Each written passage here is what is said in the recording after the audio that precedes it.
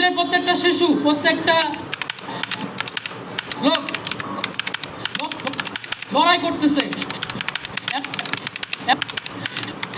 তাদের হাতে পাথর, তারা অস্ত্র নিতে পারতেছে না, কিন্তু তার পাথর নিয়ে তাদেরকে বলা হচ্ছে টেরোরিস্ট। কেন টেরোরিস্ট বলা হচ্ছে? 70% স্কুল ধ্বংস হয়ে গেছে ফিলিস্তিনে। তারা পড়ালেখা কিভাবে করবে? আপনারা বলেন যে তারা বলে উগ্রবাদী কেন? এটা উগ্রবাদী কিভাবে? এটা তো ডিফেন্সিভ ওয়ার। ওয়ারকে কিভাবে অফেন্সিভ ওয়ারে বলা হচ্ছে? অফেন্সিভ শুরু করছে কারা?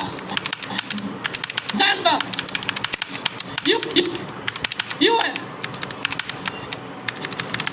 ইউএস হচ্ছে এগুলো সব বাপ।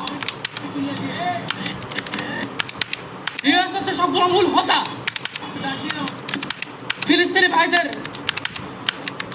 হতাশাও চলবে না। তাদের একটা কথা মনে রাখতে হবে, ইসরায়েলের এয়ারফোর্স যতই আকাশে উপরে উঠুক, সেটা আল্লাহর আরশের নিচেই থাকবে। এক বিখ্যাত শেখ বলেছিলেন, তার আগে একটা কথা বলি, ট্রাম্প